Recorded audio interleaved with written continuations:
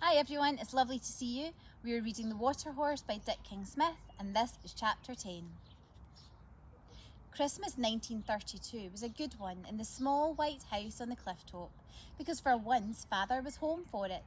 What's more, since his next voyage was to be a short one, he would have leave again, he told them, by the end of March or the beginning of April, and by then the Water Horse will be 3 years old. Isn't that right, he said. They nodded. And heaven knows how much bigger he's going to grow, said Father. We must move him.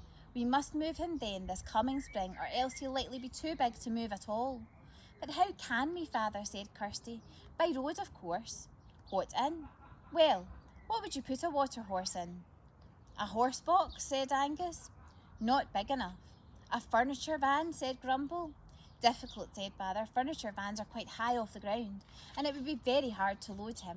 You'd need a crane like we use in the docks. Anyway, what about the removal men? They'd be bound to see him in the story we'd get out.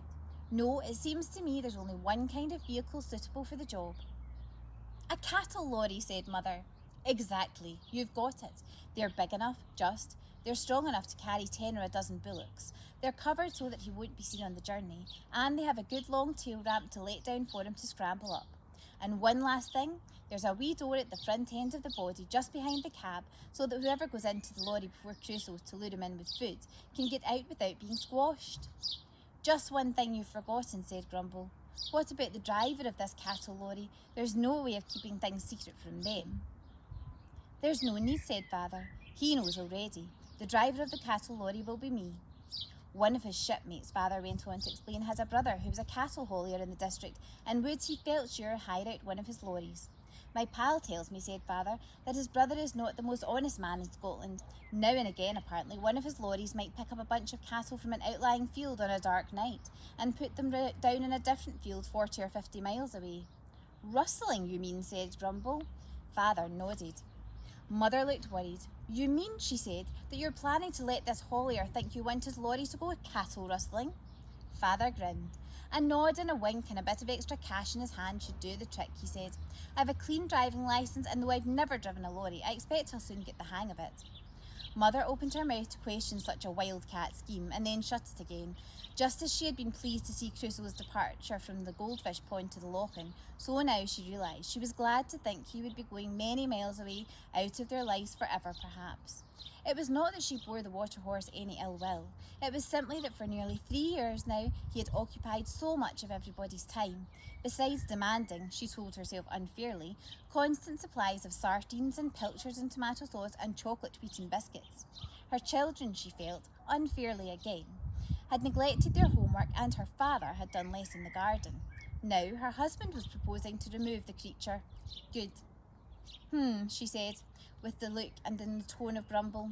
I never heard of such a harebrained plan. I wash my hands of it. And she marched off to the kitchen to wash the dishes. But where are we going to take Crusoe, said Kirsty. It's got to be a really big loch, hasn't it, said Angus. You're right, Angus, said Father. Get the map out of the drawer, will you? It's the one marked West Scotland, Islay to Gairloch. And when Angus had fetched it, Father spread it out on the table. Now then, he said, first of all, we could always put him in a sea loch. We could also let him go here, into Loch Moidart, and he'd be free to make his way anywhere in the world. No, no, cried the children, we'd never see him again. Then it's one of these 3, isn't it, said Grumble. There's Loch Morar, that's the nearest sizable one to us, and deep, very deep. Maybe the water horse that was said to live in it when I was boy is still there, might be company for him. Wait though, said Father, looking at the map. See here? You could easily get down the River Morar to the sea. That's no good. Well, what about Loch Lomond? That's big enough.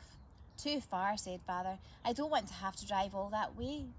That only leaves one then, said Grumble, and he pointed to a long blue stretch of water that ran diagonally up to the northeast. 24 miles from end to end, and maybe the deepest of them all. There's all the space he could want there. You're right, said Father. That's where we'll take Crusoe. That's the loch for him. And it's not as long a drive as all that. Say 30 miles to Fort William and another 30 to Fort Augustus. When he's living there, said Kirsty, will we be able to visit him sometimes? Her voice sounded a bit trembly. Of course we will, said Father. It's no distance, really. Make a nice outing in the summer. We'll go and we'll hail him and he'll come for a tickle. But suppose other people catch sight of him. They could, I suppose, said Grumble, now and again, if he's absent-minded and forgetful and shows himself for a moment, or if he gets overexcited hunting fish near the surface, or if he bumps a boat like he did Posty's. We must just hope he behaves himself. Even if folk catch a glimpse of him, they're never going to be certain what they're seeing, said Father. They'll think to themselves, oh, maybe it was just a log of wood, or shadows on the water, or salmon leaping, or otters playing, or a dead stag floating amongst the waves. They'll never be sure.